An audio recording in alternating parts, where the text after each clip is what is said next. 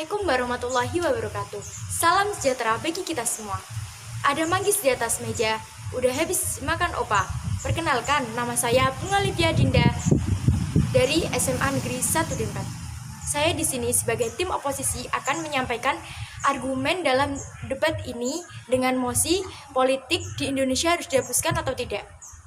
Nah, menurut saya DPR dan pemerintah ingin atur pembatasan dinasti politik dalam undang-undang.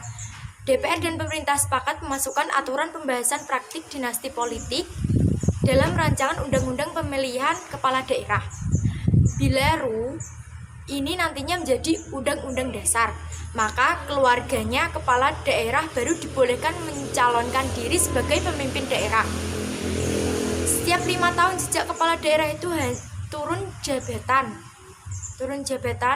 argumen praktiknya yaitu dinasti politik itu ada kecenderungan menggunakan wewenang dalam kata Agus Purnomo. DPR. Agus menggunakan anggota DPR dan pemerintah sejak awal sepakat bahwa praktik dinasti politik harus dibatasi sebelum muncul kasus dugaan suap. Sketsa hasil pilkada Lebak, Provinsi Banten yang diduga melibatkan salah satu kekeluargaan Gubernur Provinsi Banten. Dinasti politik di daerah dan sudah saatnya diatur secara terperinci di dalam Undang-Undang Dasar. Jumlahnya meningkat secara signifikan menjadi 58 kasus khusus politik dinasti, sehingga harus direspon cepat oleh pemerintah dan DPR untuk memberikan payung hukuman, kata Siti Zuhro. Bagaimana komentar pendapat Anda? Kalau komentar saya adalah perlu dilakukan pembatasan.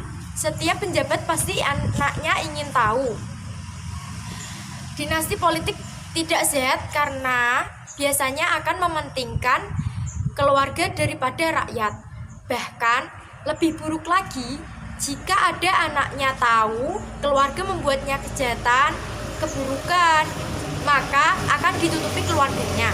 Harus dilarang karena jika semakin meraknya praktek ini berbagai pilkada dan melalui proses legislatif, maka proses rekrutmen dan rekrutasi di partai politik tidak berjalan atau macet. Itu dinasti politik ya tidak bisa diterima karena telah merusak tatanan hukum demokrasi atau ginda guida via atau device.